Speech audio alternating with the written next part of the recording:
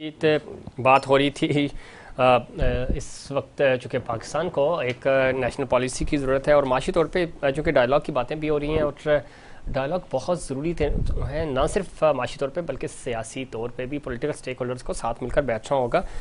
सिद्दीकुल फारूक साहब, जो बात हो रही थी, ब्लेम अगेन किसी पॉलिटिकल पार्टी को नहीं कर रहे, मकसद ये है कि किस तरह हम वापस अपने ट्रैक पे आ सकते हैं। हमारे बाद चाइना बना, चाइना आज सुपर पावर बनने का ख्वाब देख रहा है और माशी तौर पे तो तकरीबन वो सुपर पावर बन चुका है और हमारे बाद दुबई डेवलप हुआ, सऊदीया डेवलप हुआ और इन लोगों को पॉलिसीज़ हमने दी हैं। तो क्या वजह बनी कि हम आज बांग्लादेश से भी नीचे चले गए जो हमसे पूरे 25 साल छोटा है और इंडिया हमारे साथ आज़ाद हुआ, इंडिया माशी तौर पे हमसे बेहतर है, उनकी पॉलिसियाँ बेहतर हैं, सफारती तौर पे बेहतर है। अफ़गानिस्तान जंग के बावजूद उसका जो रुपया है वो हमसे मजबूत है। क्या वजह बनी, क्यों हम इस माशी तौर पर या माशी पॉलिसियों को एक यूनिफॉर्म पॉलिसी के तौर पे नहीं ले सके? आपकी हुकूमत हो जाए या पाकिस्तान पीपल्स पार्टी की हुकूमत आए, PTI की आए, किसी की भी हो, कम अज़ कम माशी पॉलिसियाँ जो हैं वो हमारी कंटिन्यू रहना चाहिए थी। कहाँ गलती की हमने? देखिए, बहुत कुछ गलतियों से सीख के चार्टर ऑफ डेमोक्रेसी उस पर दस्तखत हुए और उसकी बहुत बड़ी स्टालवर्ट लीडर को चंद महीनों के बाद शहीद कर दिया गया। अब इसके पीछे कौन है? मैंने अभी कहा कि मैं अभी जो न्यूट्रलिटी की बात है मानता हूं, लेकिन हिलरी क्लिंटन जो वजीर खारजा रही अमेरिका की और सदारती उम्मीदवार थी, थोड़े से वोटों से हारी जी सदर ट्रंप से, उनसे पूछा कि डीप स्टेट्स का दुनिया में कहां कहां है, क्या तस्वुर है। जी जी तो उन्होंने पहला नाम ही पाकिस्तान का लिया। इसलिए मैं ये अर्ज कर रहा हूं कि जब कोई स्टेट डीप स्टेट कहलाए, दुनिया में रिकग्नाइज और रिनाउन हो, मारूफ मशहूर हो कि डीप स्टेट है, वहां फिर पॉलिटिकल पार्टीज को किरदार अदा करने नहीं दिया जाता।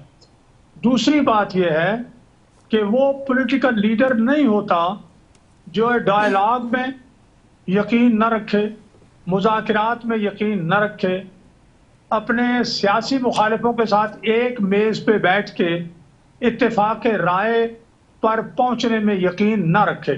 इस हवाले से आप पाकिस्तान के जो सियासी लीडर हैं उनको आप आजमा देख लें कि जब 126 दिन का धरना दिया इमरान खान ने जी और पिशावर के आर्मी पब्लिक स्कूल का सानहा हुआ, तो दिसंबर में ही नवाज शरीफ साहब ने बतौर prime minister all parties conference बुलाई जी जी ताकि दहशत खत्म की जाए और इमरान खान को अपने दाएं हाथ पे बिठाया और एक इत्तेफाक राय पैदा किया। मैं ये कहता हूं बिल्कुल कि ठीक है, नवाज शरीफ साहब कायद आजम नहीं, अल्लामा इकबाल नहीं, लेकिन उन्होंने कम अज कम जो काम किया वो कायद आजम अलैहि रहमत की तालीमात, और उससे बड़ी बात कि जो कुरान पाक में अल्लाह ने फरमाया कि वह अमरहुम शूरा बैनहुम, के मुसलमान आपस के मामलात मशावरत से तय करते हैं, उसका उन्होंने एक अमली सबूत दिया बतौर एक अदना अल्लाह के रसूल के गुलाम के अदना गुलाम के तौर पर। ठीक है। अब ये जो तरीका है, ये जहां जहां बस 2-3 बातें, चूंकि आपके सवाल बड़े बुनियादी थे, ये 2-3 बातें जो हैं ये हमें पल्ले बांध के आगे बढ़ना होगा। कल से बांधें, कल से आगे बढ़ें। दूसरी बात जो आप कहते हैं जी, इमरान खान साहब कहते हैं जी आजादी, मेरे भाई आजादी का ये मतलब है कि आप जाएं और सदर ट्रंप के गुलाम बन जाएं? और जी मुझे उन्होंने नुकरें दिखाई हैं व्हाइट हाउस की और वापस आए तो कहें मैं तो जैसे एक और वर्ल्ड कप जीत के आया। उनके कहने पे पाकिस्तान का स्टेट बैंक IMF के हवाले कर दें, उनके कहने पे 8 घंटे में आप अभिनंदन को छोड़ दें, उनके कहने पे आप अपना मोदी साहब को, इंडिया को सलामती काउंसिल की गैर मुस्तकिल रुकनियत के लिए वोट दे दें और फिर अमरीकी सफीर को आप बुलाएं NWF अपना सारी KPK में, उनसे गाड़ियां भी 18 ले लें और बातें भी करें, रेड कारपेट वेलकम भी दें और फिर कहें जी हम आजादी चाहते हैं। यार बात यह है, आजादी उस वक्त हासिल होगी सही मानों में जब आपकी मईशत मजबूत हो, जब आपके यहाँ जमहूरियत में कोई मिलावट ना हो, जब आपके यहाँ आइन और कानून की बालादस्ती हो, और मैं, आप, इमरान खान, नवाज शरीफ, शहबाज शरीफ, आसिफ अली जरदारी, मौलाना फजल रहमान, सब जो हैं वो आइन की बालादस्ती कबूल करके कहें जब भी हमसे गलती हो हम माफी भी मांगे में, और अगर हम जुर्म करें तो हमें सजा मिलनी चाहिए। बिल्कुल ठीक सदीक वफाक साहब, बहुत अच्छी बात कर रहे हैं। और बदकिस्मती है हमारी कि हमें एक कौम उस वक्त बनते हैं जब कोई कौमी सानहा रुनवा होता है, और इसके अलावा हम बिखरे रहते हैं। जिस तरफ आप इशारा कर रहे थे, डायलॉग होना चाहिए, और एक अच्छे और सियासी और बड़े लीडर की निशानी ये होती है कि वो डायलॉग पे यकीन रखता है। दूसरा, आपने भारत की बात की और अमेरिका का जो दौरा था साबिक वज़ीर आज़म का, उसकी भी बात की। मैं ये समझता हूँ कि पॉलिटिकली आपको किसी या सफारती लिहाज से किसी भी मुल्क के साथ आप दोस्ती ख़त्म करके दुश्मनी में नहीं बदलते, लेकिन बल्कि आपकी कोशिश ये होती है कि आप अपने दोस्तों को प्लस करें, ऐड ऑन करें। और पाकिस्तान 47 से लेकर आज तक ये गलती करता आया है। भारत और चाइना इतनी, लद्दाख में इस वक्त उनकी बहुत ज़्यादा टेंशन है, वहाँ पे कुछ एरिया है जो इस वक्त चाइना ले चुका है, लेकिन उसके बावजूद सी पैक से भी 3 गुना ज़्यादा ट्रेड आज भी भारत और ईरान अपना चाइना की चल रही है, और वो मुतासिर नहीं हुई। जंग उनकी अपनी जगह है, लेकिन ये पॉलिसियां हमें जी पॉलिसियां हमें बनानी पड़ेंगी ताकि हमारा जो कौमी नैरेटिव है, जो कौमी बयानिया है, वो मुतासिर हो। लेकिन पॉलिसी होगी तो उस पर अमल होगा ना, चाहे वो इमरान खान साहब हों, नवाज शरीफ साहब हों, आसिफ जरदारी साहब हों, या कोई भी पॉलिटिकल पार्टी हो, उनको एक कौमी पॉलिसी देनी जी बनानी होगी, और उस पर अमल भी करना होगा। ज्ञानचंद साहब हमें ज्वाइन कर चुके हैं, सेनेटर ज्ञानचंद साहब, सिंगर रहनुमा पाकिस्तान पीपल्स पार्टी से। ज्ञानचंद साहब, चूँकि गुफ्तगू ये हो रही है कि किस तरह हम इस शिद्दत पसंदी का खात्मा कर सकते हैं। 75 साल हमें हो चुके हैं, आज भी हम यही जंग लड़ रहे हैं कि मुल्क में यही सुनते आ रहे हैं कि नाजुक सूरत हाल से गुजर रहा है। खुदा न खास्ता हमारी जो हालात हैं वो श्रीलंका वाले ना हो जाए। किस तरह इन तमाम हालात से बेहतर बाहर निकल सकते हैं और पाकिस्तान को सही मानों में तरक्की की तरफ गामजा कर सकते हैं? ज्ञानचंद साहब देखें, पहली बात तो ये है कि श्रीलंका जैसे हालात बनने से हम निकल चुके हैं, लेकिन जो भी हालात हैं वो कोई इतने अच्छे नहीं है, चैलेंजिंग है। तो उन हालात को फेस करने के लिए कौमी यकजहती जरूरी है, जिसको खराब कर रहे हैं हमारे इमरान खान। वो सब इदारों को एक तरफ रखते हैं, वो चाह रहे हैं कि उनको पूरी दुनिया से पाकिस्तान दुश्मन किरदार अदा करने वाले ममालिक से, या वो लॉबीज हैं उनसे उनको फंडिंग हो, वो पाकिस्तान के हुक्मरान बन जाएं, लेकिन इदारे उसके कहने पे चले। वो जो भी तबाही मचाएं, मशत की तबाही मचाएं, हमारे फॉरेन पॉलिसी की तबाही मचाएं, हमारे कल्चर का, पॉलिटिकल कल्चर का, अखलाकियात का तबाही मचाएं, फिर भी इलेक्शन कमीशन उनके कहने पे हो, हमारा आर्मी का इदारा उनके एक पेज पे रहे, वो कुछ भी करते रहे, उनको कोई कुछ ना कहा जाए, तो शाखाना पूरा लूट ले लेकर कोई पूछने वाला ना हो, वो अपने तौर पे नाकाम हो जाए, कॉन्स्टिट्यूशन पे अमल करने की वजह से उनकी हुकूमत खत्म हो जाए तो साजिश उनको नजर आए। ठीक है, लेकिन ज्ञानचंद साहब ये उनके साथ एक पेज पे ना हो, ज्ञानचंद साहब कहलाया जाए। ठीक है सर, ये वो बातें जो बुनियादी तौर पे हर रोज होती हैं। मैं नहीं चाह रहा कि हम इस चीज पे अपनी पूरी तवानाई और अपना टाइम इस पे किल करें। ये चीजें हो रही हैं, हल क्या है? कैसे हम डायलॉग की तरफ इन्हीं इमरान खान साहब को लेके तो आना पड़ेगा, चूंकि उनके करोड़ों वोटर्स हैं, आपके पास वोटर्स हैं, चूंकि आपने वोट लिए हैं, आप इस सेनेट में भी हैं, आप कौमी असेंबली में भी हैं, सिंध में आपकी हुकूमत है, इसी तरह नॉन लीग भी है। तो हम मुश्तरका तौर पे तमाम स्टेक होल्डर्स एक पेज पे कैसे इकट्ठे होंगे, जो कि वक्त का तकाजा है? मेरी नजर में करोड़ों वोटर्स नहीं रहे हैं, वो मैनेज किए गए थे, वो मैनेज किए थे, वो भी तितर बतर हो चुके हैं। चलिए ठीक है, लेकिन एक सियासी हकीकत तो है ना सर। आप लेकिन इमरान खान को अगर वो स्टेट्समैन जिसको कहते हैं ना, वो अगर बनना चाहते हैं, जी। वो पाकिस्तान के दोस्त हैं, तो उनको आना चाहिए पाकिस्तानियों के साथ बैठने के लिए। वो अगर तालिबान को अपना समझ सकते हैं जो दहशतगर्दी कर रहे हैं, जो हमारे स्कूल के बच्चों पे, हमारे मस्जिदों पे हम हमले कर रहे हैं, तो उनके साथ आप डायलॉग कर रहे हैं ना। फिर ये भी तो देखिए, फिर बहस उधर चली जाएगी। आज आप खुद डायलॉग कर रहे हैं टीएलपी के साथ। देखिए इमरान खान उनकी बात कर रहे हैं, लेकिन कौमी असेंबली के मेंबरान है जो पाकिस्तानियों के वोटों से बने, उनके साथ वो बैठने के लिए तैयार नहीं है। उनको इक़्तिदार से उनके इत्तेहादियों ने निकाला जो इनके पार्टी के पॉलिसियों के पाबंद नहीं थे। ठीक, तो वो असेंबली में बैठने के लिए तैयार नहीं है। चले ये बात ठीक है, लेकिन हल क्या है आपकी नजर में, क्या हल हो सकता है? क्योंकि हम इमरान खान को अपनी अन्ना को एक तरफ फेंक कर ठीक सरेंडर करके आना चाहिए कि मैं पूरे पाकिस्तान के किसी भी बंदे से मैं बात करने के लिए तैयार हूं। ठीक है, पॉलिटिकल पार्टीज को एक्सेप्ट करें, अच्छी बात है, असेंबली को तस्लीम करें और उसमें बैठकर पाकिस्तान के मफाद में बात करें, पाकिस्तान के मफाद में बात करें। बहुत अच्छी बात कर रहे हैं ज्ञानचंद साहब। अब असलन कौमी मफाद की का तकाजा ये है कि सब स्टेक होल्डर्स इकट्ठे हो जाएं और पाकिस्तान की बात करें, पाकिस्तानियत की बात करें और कौमी मफाद की बात करें। ज़ाती तरजीहात के नहीं कि आप कुर्सी पे हैं या नहीं है। कुर्सी तो उस वक्त आपको मिलेगी ना जब ये पूरी रियासत होगी, ये पूरा पाकिस्तान होगा।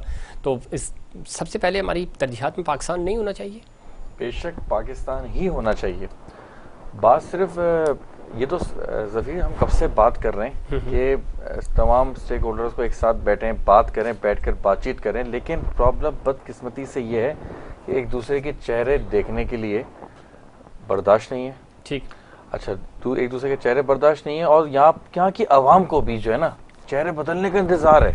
हाँ, लेकिन देखिए एक चीज़ है अरसलान, जो सबसे इम्पोर्टेंट पहले हम देखते थे डायलॉग होता था, बात होती थी, बड़ी सख्त से सख्त बात भी होती थी, लेकिन ना तो ज़ाती ताल्लुक़ ख़राब होता था, ना एक दूसरे का गिरेबान पकड़ा जाता था। सियासी एक तो शिद्दत पसंदी वैसे ही इस खित्ते में बहुत ज़्यादा है।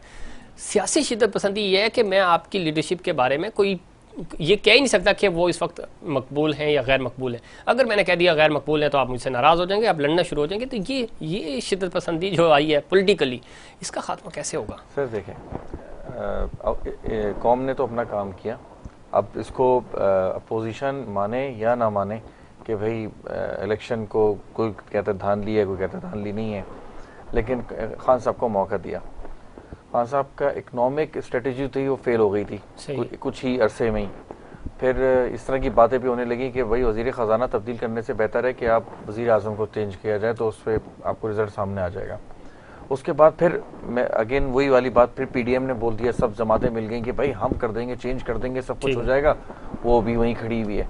तो यहाँ पर जो है ना, बस एक जो विकेट गिराने वाला जो हमारा एक कल्चर आ गया ना कि मैं इसकी विकेट गिराऊंगा, तू मेरी विकेट गिराना, और हमारे पास खुद कुछ बेहतर हल है ही नहीं। हम लोग देख ही नहीं रहे कि ये हमारी इन हरकतों की जितनी भी हमारा एटीट्यूड है ना, सही, इस पर बड़ी बेहतरीन नजर रखी है आईएमएफ ने। आईएमएफ को पता है ये जो है ना बिगाड़, ये जैसे आप राजा पाकसे की बात ले लें, गोटा भाई दोनों जो श्रीलंका के, दोनों मुल्क छोड़ के भागे हैं इस वक्त, ठीक, क्योंकि वो बैठे नहीं थे टेबल पर बैठ कर। टेबल टॉक बड़ी इंपॉर्टेंट है अरसलान, क्योंकि खुद भी आप यंग है माशाल्लाह, 64% कुल आबादी के हमारी यूथ है, वो मायूस हो रही है। उसको आपने मोटिवेट रखना है, उसको इंगेज रखना है, उससे आपने काम लेना है। तो जब वही नाराज हो जाएगी और वही क्या आप बात कर रहे हैं, यूथ की इन लोगों को परवाह है? इन लोगों को, यूथ को तो इन्होंने डाला हुआ है बारिशों के पानी में, बिजली के तारों में, बिगड़ती हुई हालात में, फायरिंग में, लॉ एंड ऑर्डर खराब, हर चीज में तो यूथ को फंसाया हुआ। यूथ को यहाँ पर यूथ इस वक्त इस पर सोच ही नहीं रही है कि मैंने जो है ना कुछ बड़ा करना है, कोई इंफ्रास्ट्रक्चर चेंज करना है शहर को। जो जैसे शेख मोहम्मद जब छोटे थे, जब वो गए थे अमेरिका, तो उनका विजन था कि मैं अपने यूएई को जो है ना ऐसे ही बनाऊंगा जैसे न्यूयॉर्क लंदन है। यहाँ यूथ को इन्होंने फंसाया हुआ है नौकरी और बेरोजगारी। जरा एक जहाज को छोड़ें, बाय रोड सफर करें आप जरा सिंध का, आपको लग पता जाएगा क्या हाल करेगा। चलें इस पे बात करेंगे। यूथ को तो फंसा दिए सर, यूथ के पास कुछ नहीं है। ठीक, सदीक और फारूक साहब चूंकि हल की तरफ आते हैं, क्या हल हो सकता है?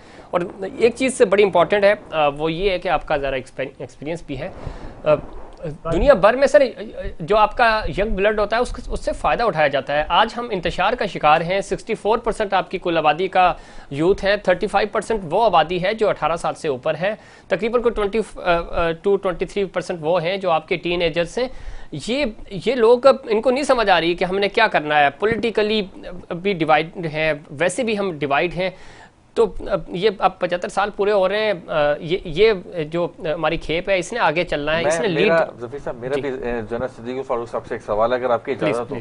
सर 75 साल में से मैं कोई इमरान खान साहब की जो है ना, मुझे उनके तकरीबन सारे 99% जो फैसले हैं उनको गलत ही नज़र आते हैं।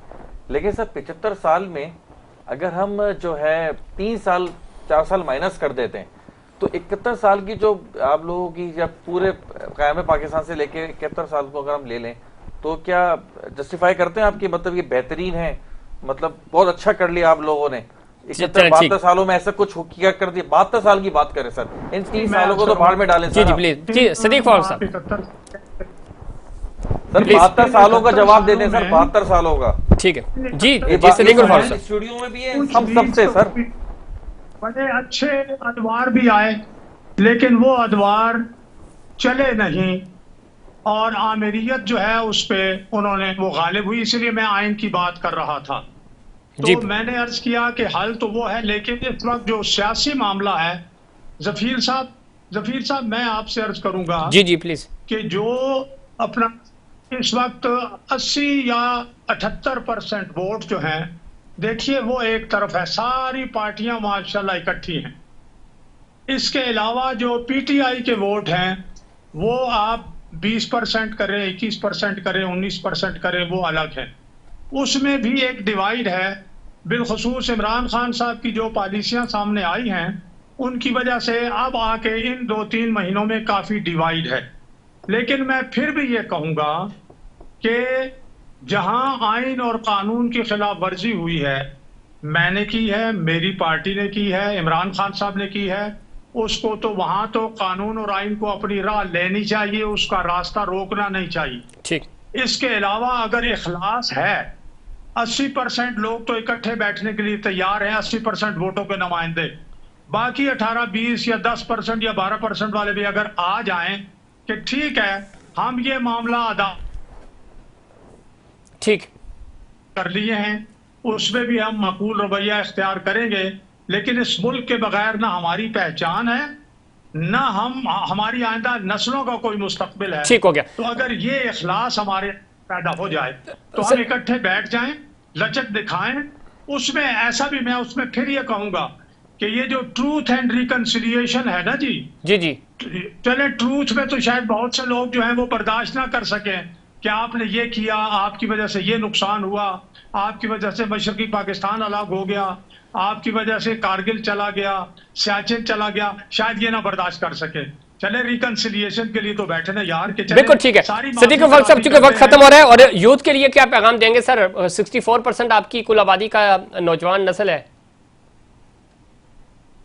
नौजवान पूरी कौम की जिम्मेदारी है, नौजवानों में बड़े समझदार भी हैं, ऐसा नहीं है कि सारे एक तरफ ही लुढ़क गए हैं, लेकिन मस्जिद से लेकर स्कूल, कॉलेज, यूनिवर्सिटी, वालदैन, इसातिज़ा, सियासतदान, इन सब का काम है कि अपनी इस मुस्तकबिल की नस्ल को संभालें और इनके लिए अपने आप को मिसाल बनाएं, अपना किरदार अच्छा करें, अपना अखलाक अच्छा करें, अपने लचक दिखाएं, मामलात हल करना, एक माशरे में इत्तेफाक के राय पैदा करने की, माशरे में जो माशी हमारी अकदार हैं, मशरकी और इस्लामी अकदार, उनको फरोग दें ताकि ये नौजवान हमसे सीखें और पाकिस्तान का मुस्तकबिल संभालें। ठीक हो गया। सेनेटर ज्ञानचंद साहब प्लीज आप कमेंट कीजिएगा हमारी यूथ के हवाले से।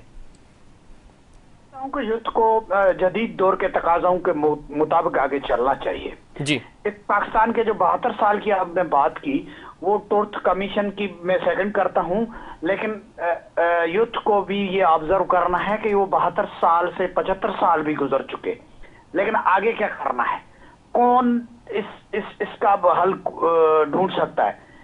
साथ बैठने के बगैर कोई रास्ता आगे नहीं निकलता है। ठीक है। और आगे निकलने के लिए हमें टेक्नोलॉजी की तरफ जाना पड़ेगा, हमें इंतहा पसंदी से निकलकर हमें एक आगे बढ़ना चाहिए, और आगे बढ़ने के लिए हमें डेवलपमेंट की तरफ, चले ठीक है, डेवलपमेंट की तरफ जाना होगा हमें। अरसलान खान आखिरी पॉइंट और पैगाम नौजवान नस्ल के लिए। तो पैगाम ये है कि खुद सोचो, खुद देखो, तुम अक्लमंद हो और अपना अच्छा बुरा खुद सोच सकती है। यूथ को अपने लिए खुद ही करना है, खुद ही आगे निकलना होगा। आप तीनों मेहमानों का बहुत शुक्रिया और नाज़रीन, इसमें कोई शक नहीं है, और ख़ासतौर पर पाकिस्तान के जो नौजवान हैं बड़े टैलेंटेड हैं और वो अपनी लीडरशिप की तरफ भी देखते हैं, और लीडरशिप का इस काम बनता है कि वो अपनी नौजवान नस्ल को डायरेक्शन दे। और इस वक्त कौमी इत्तेहाद की ज़रूरत है, और ख़ास तौर पे चूँकि माशी तौर पे पाकिस्तान मजबूत होगा तो तरक्की की तरफ गामज़न हो सकेगा, और इसमें